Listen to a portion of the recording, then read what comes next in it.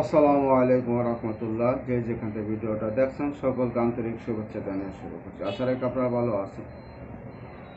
আজকে যে হাতটা নিয়ে আপনাদের মাঝে হাজির হয়েছি অশ্বগন্ধা টেপ।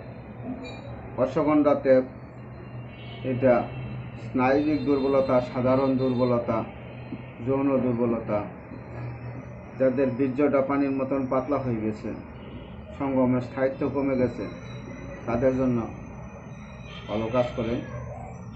অশ্বগন্ধা ট্যাবলেট বানানোর জন্য এটা অনেকগুলো ফর্মুলা আছে। এটার ভিতরে আমি অশ্বগন্ধা চূর্ণ নিয়েছি 200 গ্রাম, তার সাথে সঙ্গে জাহারাত পাথর 200 গ্রাম, তেঁতুল বিচি চূর্ণ 100 গ্রাম,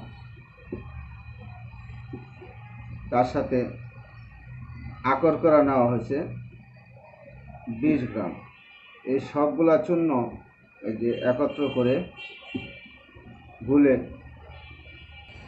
আমি কাচের গুল্লি পরিমাণ ট্যাবলেট তৈরি দেব।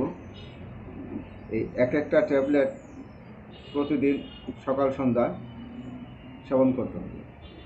আপনাদের ছোট্ট একটা রিকোয়েস্ট, যারা ভিডিওটা দেখছেন তারা লাইক করবেন, শেয়ার করবেন, কমেন্ট করবেন, এবং যারা সাবস্ক্রাইব করেন নাই তারা সাবস্ক্রাইব করবেন। শিলপাটায় বা হামানদিস্তায় আপনারা চূর্ণ করবেন।